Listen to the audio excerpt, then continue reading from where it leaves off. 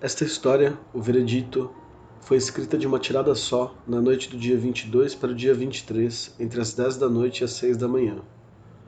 Quase não consigo tirar as pernas debaixo da mesa, dormentes por eu ter passado tanto tempo sentado. A terrível tensão e a alegria à medida que a história ia tomando forma diante de mim, à medida que eu ia abrindo caminho em suas águas. Várias vezes no correr da noite carreguei meu próprio peso sobre as costas. É incrível como podemos ousar tudo, como estamos preparados para todos os acontecimentos, mesmo os mais estranhos. Uma grande fogueira em que as coisas morrem e ressuscitam. Como, diante da janela, começou a azular. Passou um carro, 2 homens cruzaram a ponte. A última vez que olhei para o relógio eram 2 horas da manhã. No momento em que a empregada cruzou o corredor pela primeira vez, escrevi a última frase. Apagar a lamparina, claridade do dia, ligeiras dores cardíacas, o cansaço que aparece no meio da noite. Eu, trêmulo, entrando no quarto de minhas irmãs, lendo. Antes, espreguiçar-me diante da empregada e dizer: fiquei até agora escrevendo.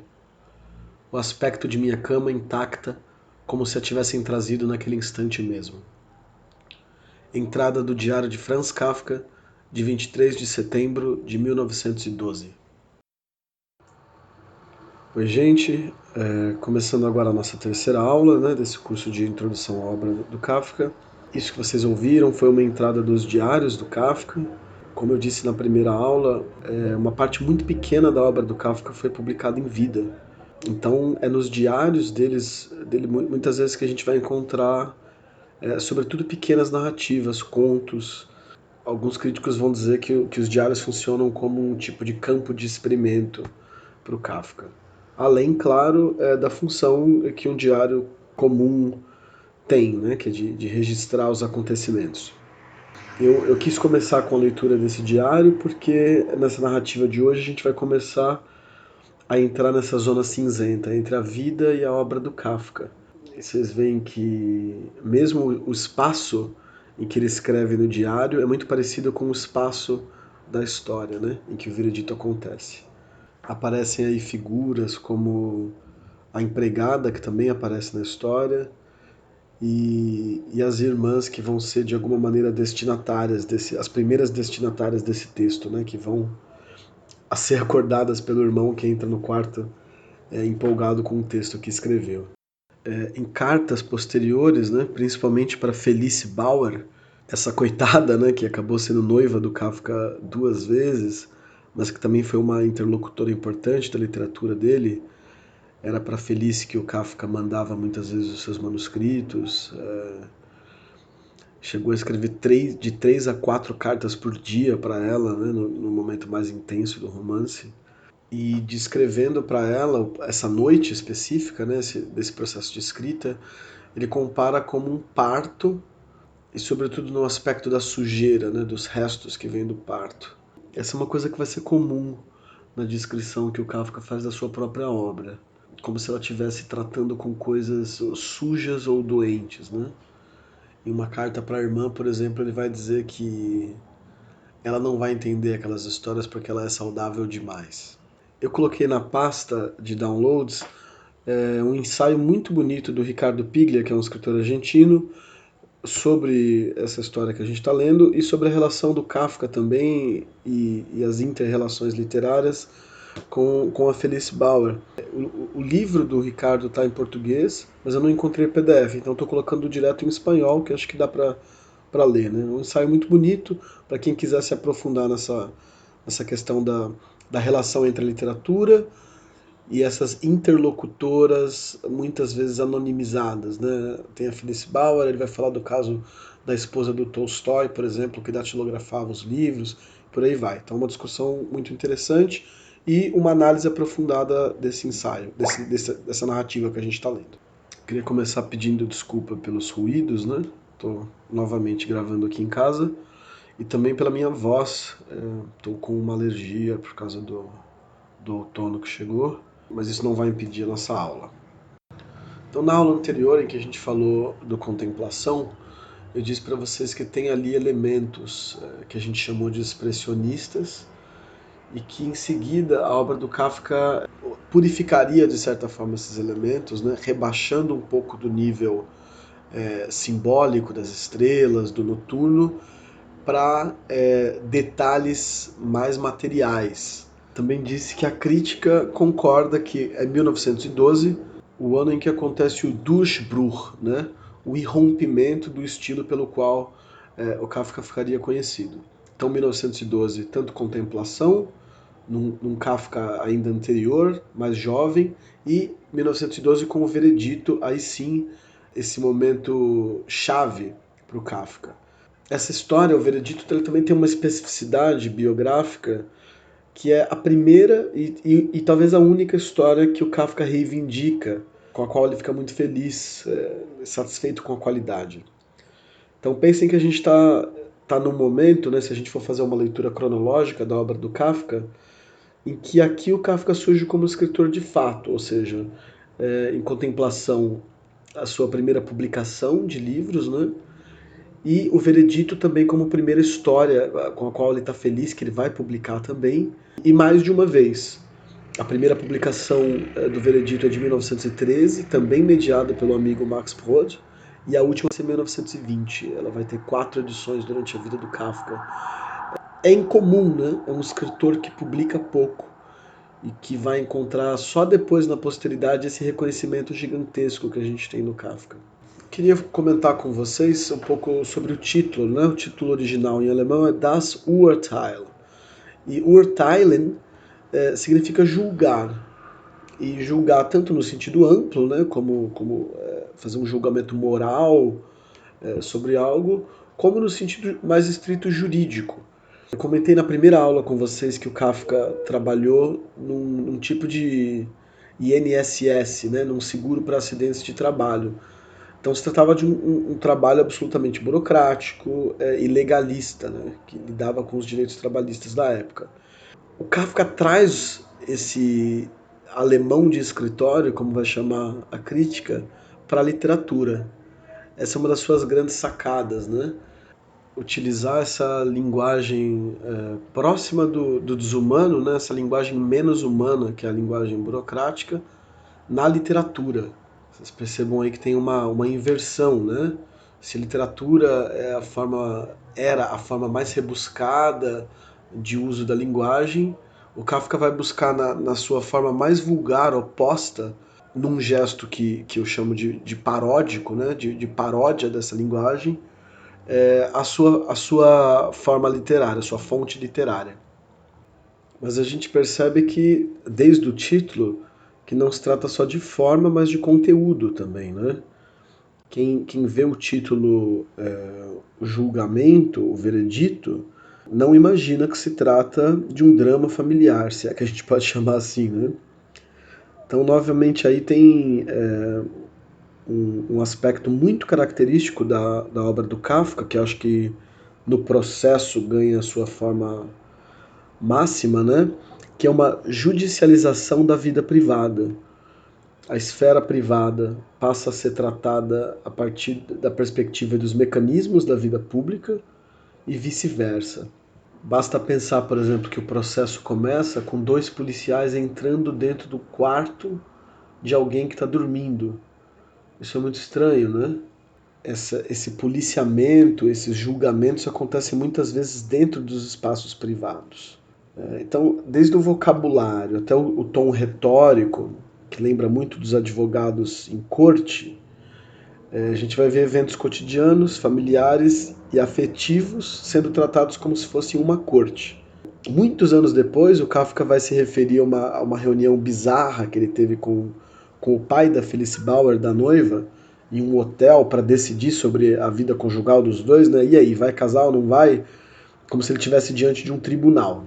É uma das relações, né, biográficas que a gente pode trazer com o texto. Essa judicialização da vida soa estranha, é ao mesmo tempo reconhecível. Exagerada, mas ao mesmo tempo na ordem do dia.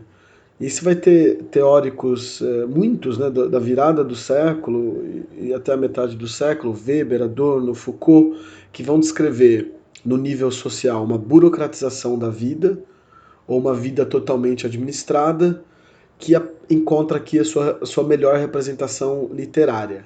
A burocratização radical da vida moderna, tanto do ponto de vista do Estado quanto do ponto de vista das empresas privadas, finalmente é tematizada, parodiada formalmente, né, nessa literatura, mas ao mesmo tempo, e eu quero que vocês tentem ter isso sempre na cabeça, o Kafka é um mestre de misturar frequências, por assim dizer. Então, se aqui a gente está falando da burocratização mais moderna, ou seja, de um fenômeno que era absolutamente contemporâneo, absolutamente moderno para o Kafka e para o Estado, né, do Império Austro-Húngaro, por outro lado, ao mesmo tempo, numa frequência mais baixa, surge o mais antigo, que é a lei judaica do Velho Testamento. É o Adorno, por exemplo, que vai apontar esse lado jurídico que as leis têm no judaísmo. E o Kafka, sem dúvida, também está tratando com isso, porque julgamento lida com culpa e com punição. Esses protagonistas parecem estar sempre sendo julgados por alguma instância, sobretudo por uma lei que não é conhecida, né? Ao contrário das leis do Velho Testamento. Então, novamente, essa mistura que eu queria que vocês atentassem. Tanto a burocratização da vida moderna, que é judicializada, né, colocada num códex, quanto a lei do Velho Testamento do Deus Pai, que vai punir se você não agir de acordo com a lei. Vocês veem que são duas esferas muito estranhas, mas que se encontram presentes, acho que nesse conto muito bem, né? Estado, Deus e Pai sintetizados em uma única estrutura opaca, operante, que condena o sujeito. Na aula passada a gente também falou do tempo subjuntivo que as histórias do Kafka apresentam ao leitor. Isso já aparece na escolha dos tempos verbais, né? O alemão tem o Konjunktiv 2, que é um tempo verbal usado para coisas incertas, assim. Alguém falou algo, algo talvez seria. E que acaba sendo muitas vezes o futuro do pretérito em português, né? Faria, fosse. Tem um ensaio muito interessante, que vem da linguística de corpos e é aplicada na obra do Kafka, em que se comprova que o Kafka utiliza esse tempo verbal mesmo muito mais do que os seus escritores contemporâneos, assim como uma série de palavras como talvez e por aí vai, né? Então, um tempo subjuntivo, um tempo da possibilidade, um tempo distante da materialidade, do concreto. Então, dou como exemplo privilegiado para vocês, logo no terceiro parágrafo, a engenhosidade dessa construção. Então, antes a gente foi apresentado ao Georg Bendemann, né, que acabou de escrever uma carta para o seu amigo. O leitor acessa em seguida de maneira indireta as considerações do Bendemann sobre a situação do amigo. Não se trata de discurso direto na forma de fluxo de consciência, mas um tipo de discurso indireto. Georg ficou pensando, que parte de uma hipótese que vai se desdobrando em um tempo e espaço vazio, multiplicando possibilidade depois de possibilidade. De onde a gente conhece isso? Mas não se trata de uma construção impensada. O Kafka parece estar consciente da estratégia, ou seja, tem também um fundo irônico em tudo isso. Então vamos lá, o parágrafo começa com uma hipótese inicial, cito. Devia-se talvez aconselhá-lo a voltar de novo para casa, a transferir para cá sua existência, a retomar as velhas relações de amizade, para o que certamente não havia obstáculo algum, e no mais confiar na ajuda dos amigos. Então parece uma ideia razoável, né? Ele começa dizendo pra gente que tem um amigo no exterior, que não está numa situação muito boa, e aqui no terceiro parágrafo é apresentada essa ideia razoável de aconselhá-lo a voltar. Em seguida, no entanto, o Kafka vai, através desse poder que a gente está chamando de subjuntivo, desmontar com uma série de questionamentos e relativizações tudo o que ele falou antes, flertando inclusive com o oposto. O parágrafo termina especulando com uma conclusão oposta. Cito. Se ele, porém, seguisse de fato o conselho e, naturalmente, sem essa intenção, mas em virtude dos fatos, fosse esmagado, não se encontrasse nos seus amigos nem sem eles, sofresse com o vexame, de fato então não possuísse lar ou amigos, nesse caso não teria sido muito melhor para ele ficar no estrangeiro, do modo como estava? Era possível, em tais circunstâncias, pensar que aqui ele iria efetivamente levar as coisas avante? Você vê que interessante, no único parágrafo, é um parágrafo longo, né? Uma hipótese é colocada, ela é dissecada, ela é explorada, né? Ela é questionada, ela é relativizada, e no fim a gente chega a uma conclusão oposta à hipótese inicial.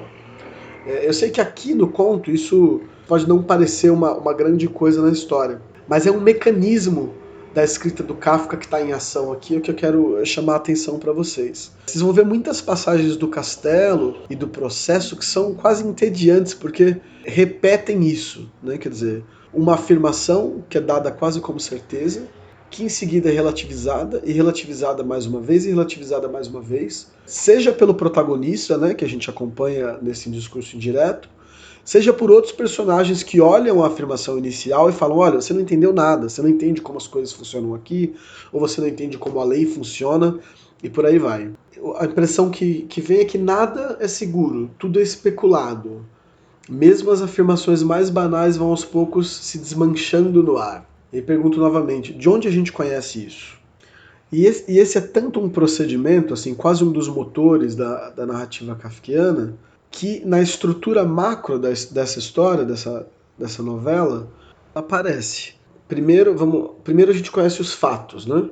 O bom momento da vida do filho, a situação complicada do pai e do amigo. Em seguida, né, a gente vai sendo conduzido lentamente através de preocupações de um filho com o pai doente, que parecem muito razoáveis, que parecem muito realistas, mas no momento em que esse interlocutor, o pai, começa a falar, acontece esse efeito de inversão muito rápido, né? O leitor do Kafka tem que estar acostumado com esse enjoo quase da leitura. É apresentada uma tese, em seguida ela vai sendo aos poucos, muito devagar e quase com crueldade, né? Eu falei antes de um gosto irônico do Kafka, eu acho que ele como escritor procura esse efeito, as coisas vão sendo aos poucos, aquela certeza vai sendo aos poucos ruída, demolida, né?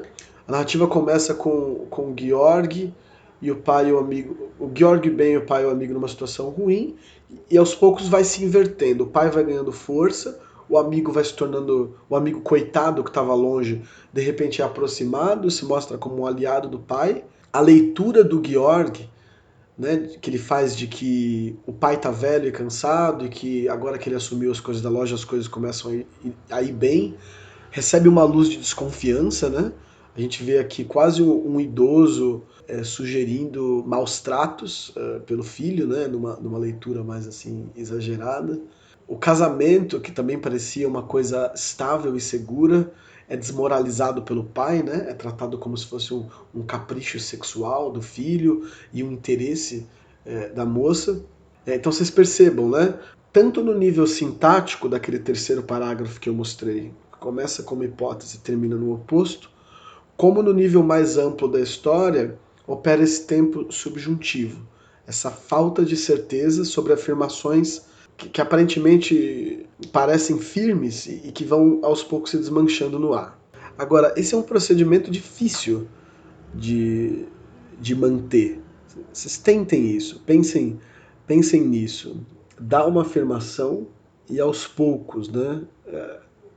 Tem muito de retórica, e é uma retórica de advogado mesmo no Kafka, né? De tentar transformar fatos ou dados no seu oposto, ou colocar eles sob uma outra luz de desconfiança. É um procedimento difícil, um procedimento literário refinado. Vocês pensem em fazer isso durante um romance inteiro. E é basicamente esse o enredo do processo do castelo. Chega uma carta, o K acha que essa carta finalmente vai resolver tudo. Ele mostra essa carta para alguém e a pessoa fala: não, essa carta diz exatamente o contrário do que você imaginou. E é difícil manter essa tensão o tempo inteiro, né? Essa revelação o tempo inteiro. Porque seria difícil manter o realismo da história. E com isso eu chego num ponto que eu queria tratar com vocês, que é sobre o realismo na literatura do Kafka. Esse é um ponto de debate constante da crítica. Acho que todos os grandes clássicos escritos sobre a obra do Kafka falam em algum momento do realismo dele, justamente por essa dificuldade que é manter uma narrativa que se supõe realista, mas que tem uma troca de pontos de vista o tempo todo. Uma variação desse debate sobre o realismo do Kafka que está muito bem resumido, e eu acho que na sua melhor encarnação no livro Kafka, Pró e Contra, do Gunther Anders, que eu já citei na primeira aula e que a gente vai ler no curso. Uma variação desse debate é sobre, bem, se a obra do Kafka não é realista, ela é fantástica, fantástica no sentido, né, do Edgar Allan Poe, do Ita Hoffmann, por exemplo.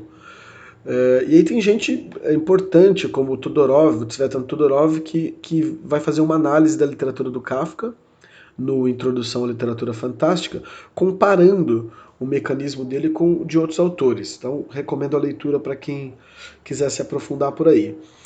O que eu queria chamar a atenção para vocês é de um procedimento que eu entendo como a verossimilhança na corda bamba. Então, o Kafka ameaça muitas vezes entrar no campo do fantástico, e aí quando o leitor abre os olhos e pensa, peraí, então quer dizer que isso não é uma narrativa realista, ele volta atrás, usando esse mecanismo do subjuntivo que eu chamei, né, essa inversão de pontos de vista, ele volta atrás e justifica realisticamente o que foi dito antes. No começo, se a gente for pensar em contemplação, esses elementos mais noturnos e misteriosos, eles irrompiam um pouco sem explicação, quase como um gesto abstrato assim dentro do texto.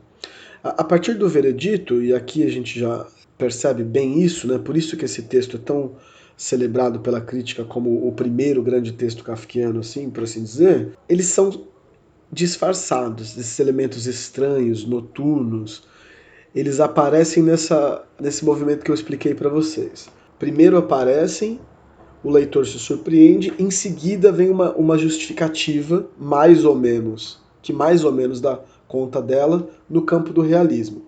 Um exemplo simples, né? O conto começa com um dia de sol, né? Ensolarado. E aí o Georg sai do quarto e vai para o quarto do pai. E esse quarto é descrito, né, eu cito, surpreendeu o Georg como estava escuro o quarto do pai, mesmo nessa manhã ensolarada. Pausa. Por que esse quarto está escuro se está de manhã? Né? Aqui poderia ser já uma tinta, como elas aparecem em contemplação, né? Uma pincelada mais escura, um tom gótico à narrativa. Rapidamente, ele explica pra gente. Cito, né? A sombra era, pois, lançada pelo muro alto que se erguia do outro lado do estreito pátio. Então a gente vai ver isso muitas vezes em muitas narrativas do Kafka. Um elemento estranho, por exemplo, o conto Um Médico Rural, que dá título ao livro Um Médico Rural, que a gente também vai ler, brinca o tempo todo com isso, né? São elementos que evidentemente assim, estão muito próximos do campo do fantástico e que em seguida, muito rapidamente, o Kafka tenta colocar no campo do realista, né? Então, no Médico Rural, por exemplo, começa com um médico que está desesperado porque precisa fazer uma viagem para atender um paciente terminal e não tem montarias. E aí, de repente, alguém chuta uma porta e de lá saem dois cavalos, de um porão. Então tem um porão fechado há muito tempo na casa dele, ele chuta a porta e de lá aparecem dois cavalos e um cavalariço que vai organizar a partida desse médico, né? Nessa cena, em seguida o Kafka, em duas ou três frases, relativiza, fala assim, olha como é estranho, né? A gente não sabe as coisas que tem na própria casa. Então, eu chamo isso de verossimilhança na corda bamba, porque o Kafka acho que é um desejo explícito da narrativa do Kafka tentar manter a história num estranhamento, quer dizer, dentro ainda de premissas realistas, mas em uma perspectiva de movimento, né? Por isso que a imagem da corda bamba parece que vai cair para um lado, ou vai cair para o lado do realismo, ou vai cair para o lado do fantástico, mas nunca cai. Aparece como estranho, em seguida é normalizado, por assim dizer. E esses elementos que eu estou chamando de fantásticos, expressionistas, não são gratuitos. É o próprio Gunther Anders que vai falar que o Kafka toma as expressões ao pé da letra, as expressões linguísticas, né? E ele faz isso com as imagens também. O Kafka tem um cuidado na criação das imagens, nada é gratuito. A gente vê, por exemplo, né, o filho está lá então com o pai, pega o pai no colo. Isso é muito forte, né? Parece que o pai se encolhe nos braços do filho, e aí tem uma inversão óbvia. O filho vira o pai. Em seguida, quando tem a reviravolta na história, o pai cresce, né? O filho até fala, ele ainda era um gigante. Levanta a mão, quase toca o teto do telhado com a mão, né? E o filho no chão. Percebam que nessa caracterização é muito plástico, né? É muito das artes plásticas. O conflito inteiro já está todo colocado. Antes o pai era apresentado de uma forma pequena, depois o pai aparece de uma forma grande. Aqui está perfeito o que eu falei antes, né? É quase do nível do fantástico. O pai cresceu, aconteceu um passe de mágica, ele ganhou poderes. Não. Estamos ainda dentro da narrativa realista, mas com traços estranhos que não são arbitrários, mas que contribuem para o sentido principal da narrativa. O Georg entra no quarto achando que ele vai ser o novo pai, né? Quer dizer, ele tem a noiva, ele tem a loja, o pai é viúvo, o pai não atua mais na loja. Naquele momento é como se ele fosse tomar o lugar do pai. A gente percebe que tem até uma culpa em relação a isso, né? Ele entra no quarto do pai, ele sente que ele descuidou do cuidado do pai, ele pensa em colocar ele num quarto melhor. Tem aí uma tomada de posição, né? Ele vai tomar o lugar do pai. Rapidamente a narrativa, no entanto, se inverte, e isso é contado tanto literalmente, descrito ao modo realista, como num gesto já modernista, me parece, esses elementos estranhos servem para dar um outro nível, dar uma profundidade maior, reproduzindo aquilo que está sendo narrado. A gente está falando de pais e mulheres aqui, né? Eu aproveito para convidar vocês a pensar sobre a onipresença dos pais na obra do Kafka. A gente já falou bastante sobre isso, né? Esse pai que é um pouco patrão, que é um pouco presidente, que é um pouco juiz e que é um pouco Deus do Velho Testamento, né? Uma variação misturada nas formas paternas e, por outro lado, uma quase ausência da figura materna. E por quê? Muito estranho, né? Quer dizer, se aparece o pai, por que não aparece a mãe? Por outro lado, as figuras femininas que aparecem, e a gente vai ver isso bastante no processo, são figuras femininas em disputa.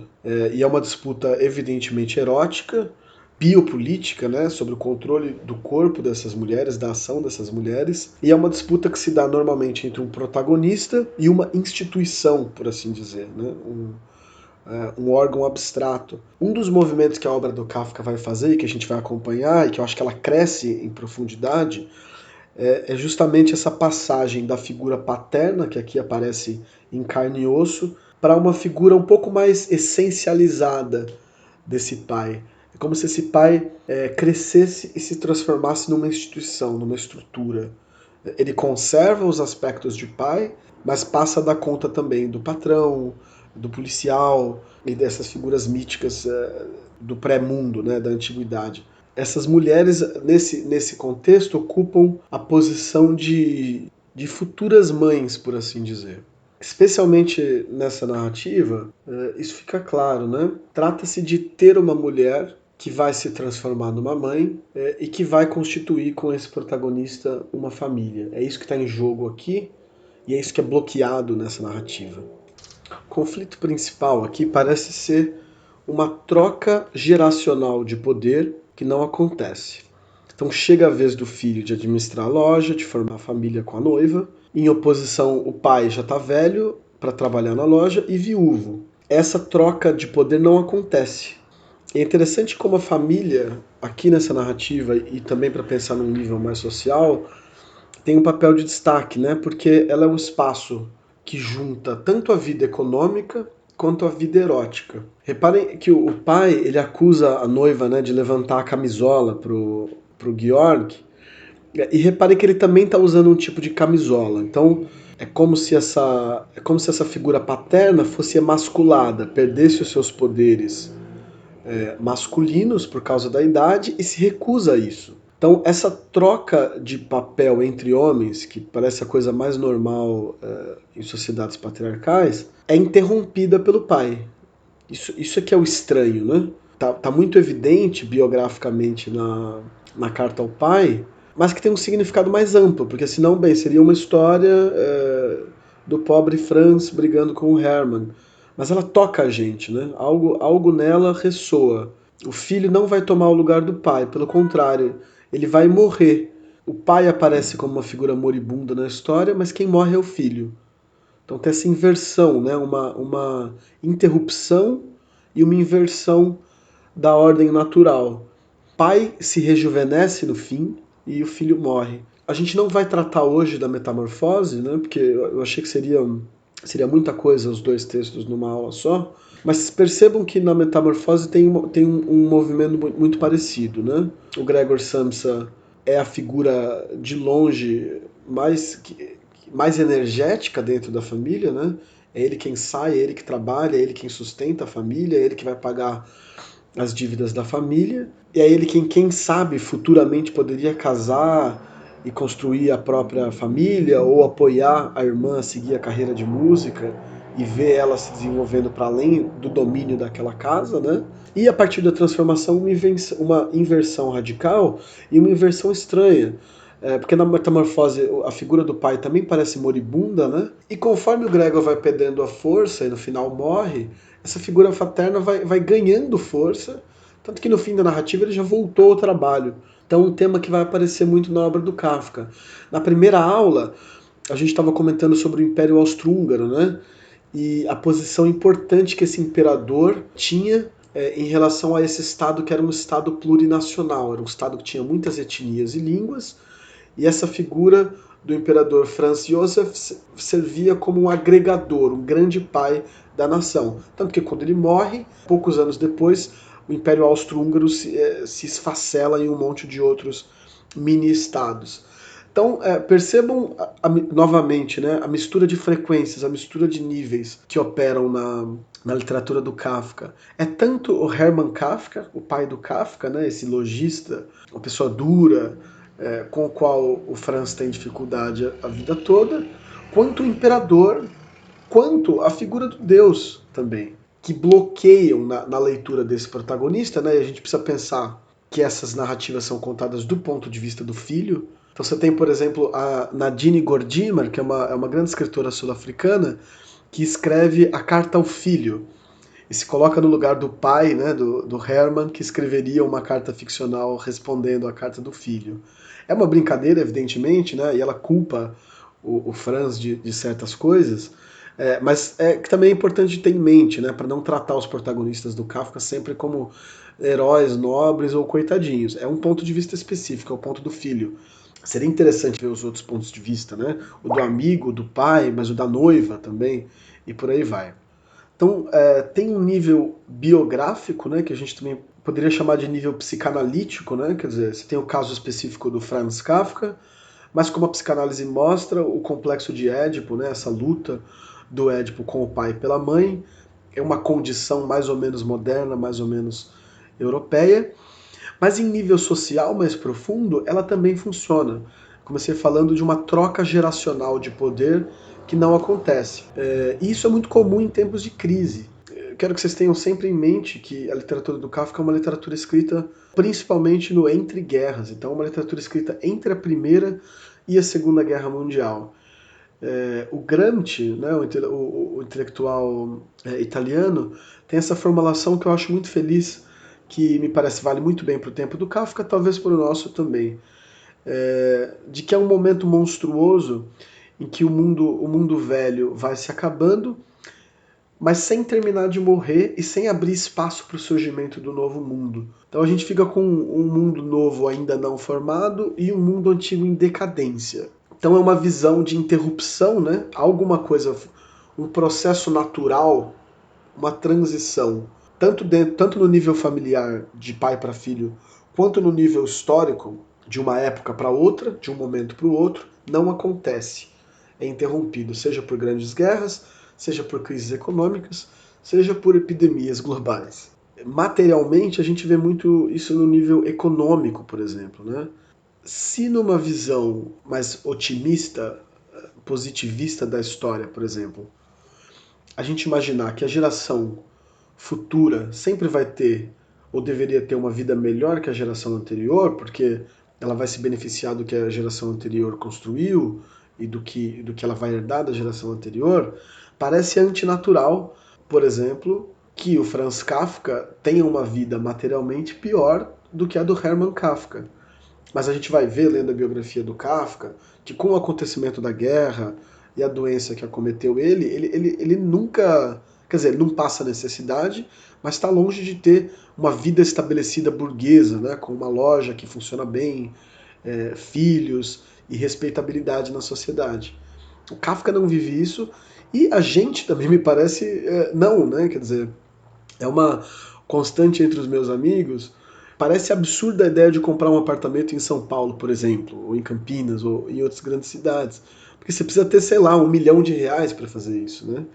E parece que para a geração anterior, embora eles tenham tido outras dificuldades, essas posses básicas da vida burguesa, ou seja, uma casa para ter uma esposa e um marido e criar filhos, são colocados em questão. Então daí novamente esse estranhamento e ao mesmo tempo reconhecimento que a obra do Kafka gera, né? Quer dizer, a crise nos coloca todos mais ou menos no papel desse Georg, que está se preparando para assumir um bom trabalho, porque teve uma boa formação, e quando vai finalmente assumir esse trabalho não existe mais, ou a pessoa que estava lá não se aposentou ainda, e ele, numa idade em que ele achava que já teria a vida estabelecida, vai ter um trabalho precário e por aí vai. Enfim, parece que eu estou descrevendo a vida de muitos amigos meus.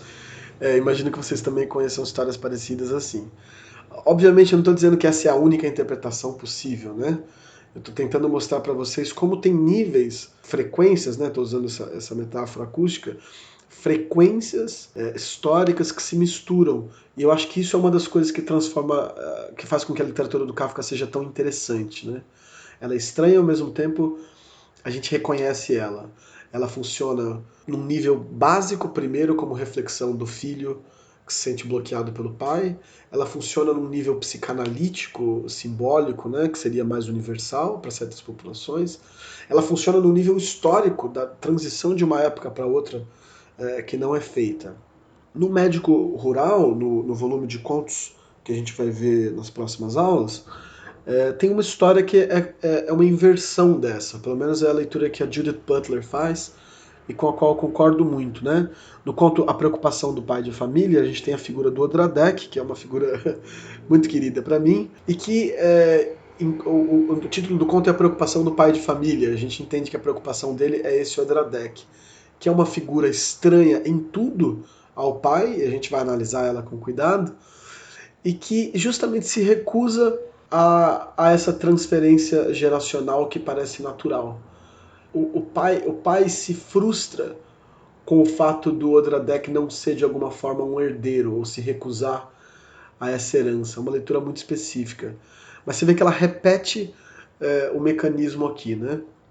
A questão é a troca geracional, a relação entre as gerações, no sentido amplo, né? Épocas históricas ou gerações familiares. Aqui vocês pensem no estranhamento, novamente, né? Que deve ter sido para Felice Bauer receber essa história e, evidentemente, que se reconhecer no papel da noiva, né? Que é bem descrita pelo protagonista, um pouco xingada pela figura do pai, mas que já antecipa aqui, né? Parece que os problemas que eles vão ter no relacionamento deles. Então um jovem escritor que dedica para sua namorada não um soneto de amor, mas uma história muito estranha e com um final trágico, né?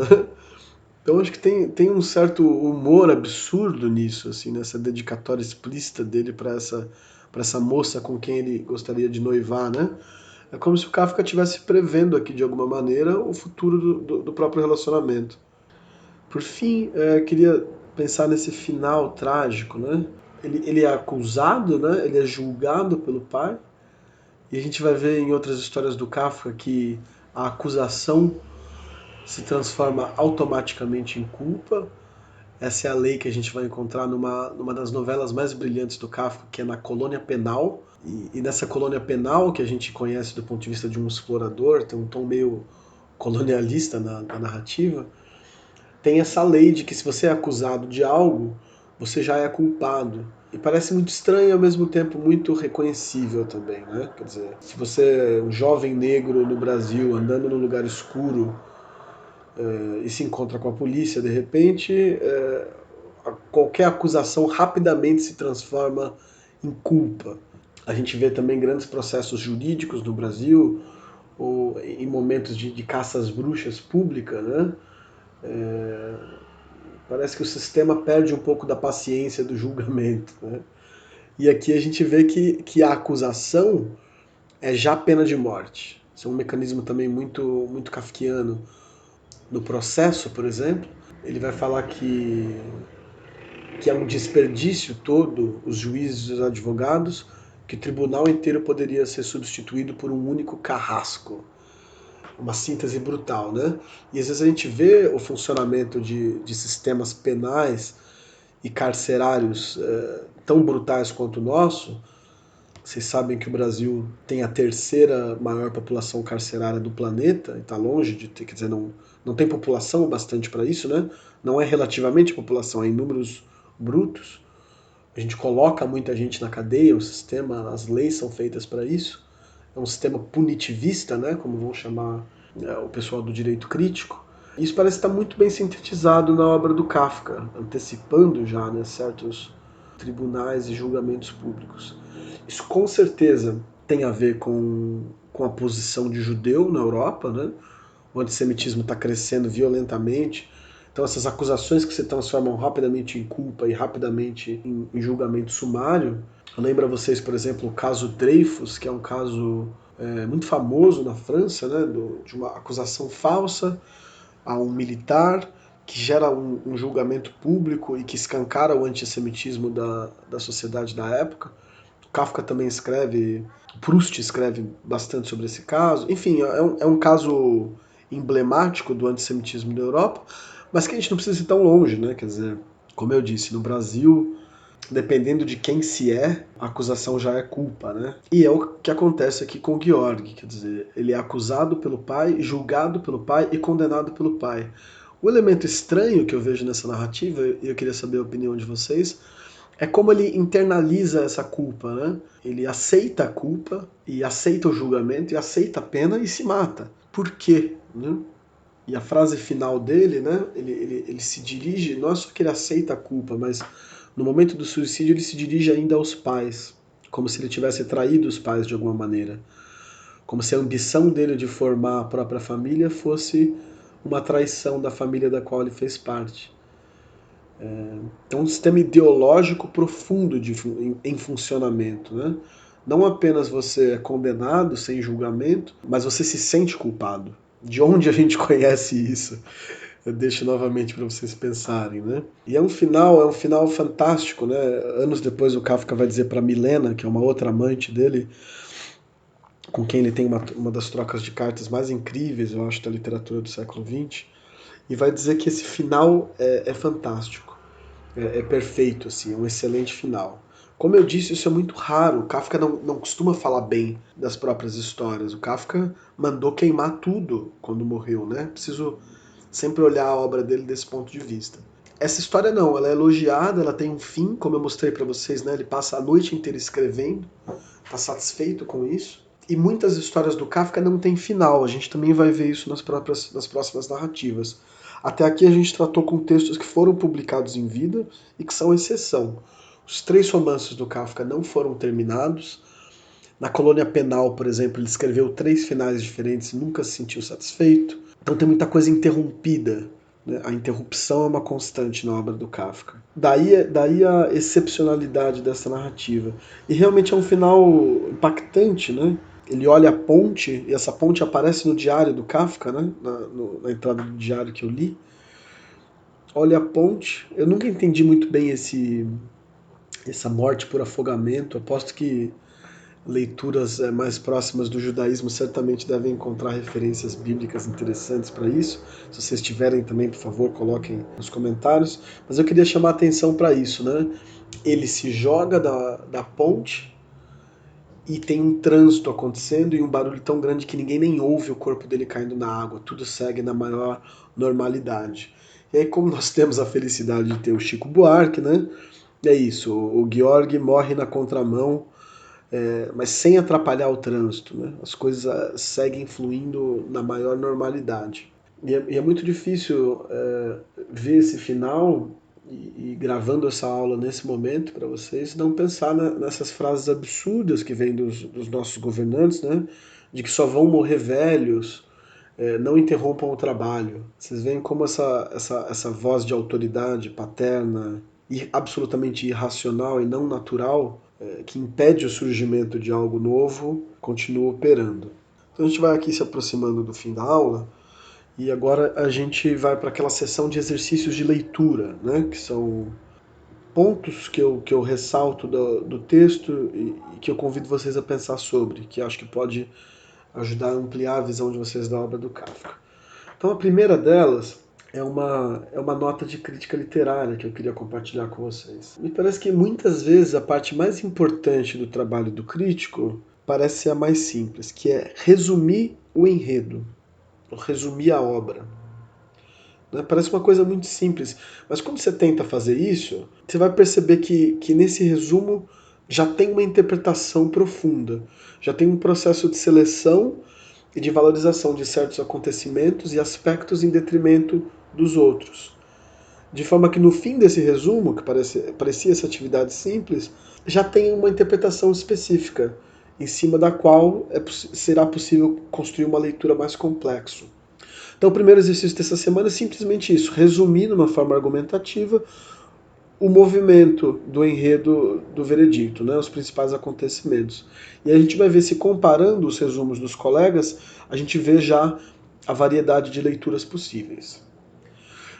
O segundo exercício de leitura que eu quero propor para vocês é que vocês, tendo em mente a leitura do Contemplação, sobre o qual a gente conversou semana passada, que vocês mapeiem os deslocamentos físicos dos personagens e as estruturas arquitetônicas que são citadas. Então, quartos, salas, portas, janelas, corredores. E aí queria saber se esses elementos que aparecem contribuem com a narrativa, com o que está sendo contado, quer dizer, se há uma carga simbólica nesses elementos e nesses deslocamentos, ou não, se são simplesmente descrições desinteressadas, por assim dizer.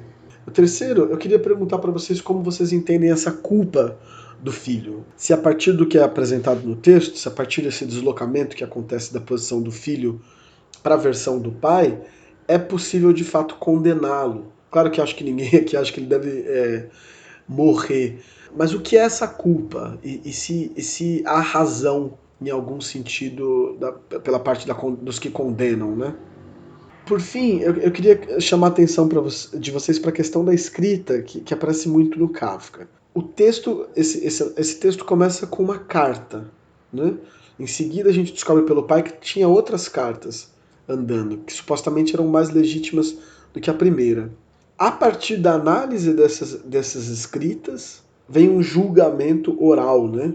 Que parece muito com a fala de um juiz que depois de analisar documentos e provas. Um crítico alemão, o Oliver Yarhouse, diz, sem dúvida, pensando no significado que a escrita tem para o próprio Kafka, diz o seguinte: da insuficiência da escrita do filho resulta, portanto, a voz paterna que ordena a morte. Vocês vão perceber, quer dizer, em correntes teóricas como o pós-estruturalismo, a desconstrução, o papel que a escrita tem na literatura, né? Essa escrita como um processo, como um jogo de símbolos, um jogo de significados muito complexo. E essa história é um prato cheio para uma leitura desse tipo, né? Porque começa com a escrita de uma carta, é problematizada a partir dessa carta, né?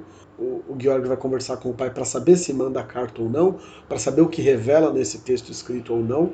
Então tem uma tensão aí que eu convido vocês a refletir sobre. Agradeço mais uma vez pela paciência de vocês. Novamente a aula acabou ficando um pouco mais longa do que eu imaginei no começo. Teria muita coisa para falar ainda, é um texto que é muito querido pela crítica, mas eu espero ter conseguido desenhar aqui as linhas principais do texto. Novamente, né, alguns mecanismos kafkianos que estão em operação aqui e que vão continuar funcionando no resto da obra do Kafka. E também pensar, né, o que essa narrativa nos traz ainda, né, se ela se comunica com o nosso presente, como. Eu esbocei aqui algumas possibilidades de leitura. Então agradeço a atenção de vocês e já peço para vocês lerem a Metamorfose, que vai ser o texto que a gente vai discutir na próxima aula.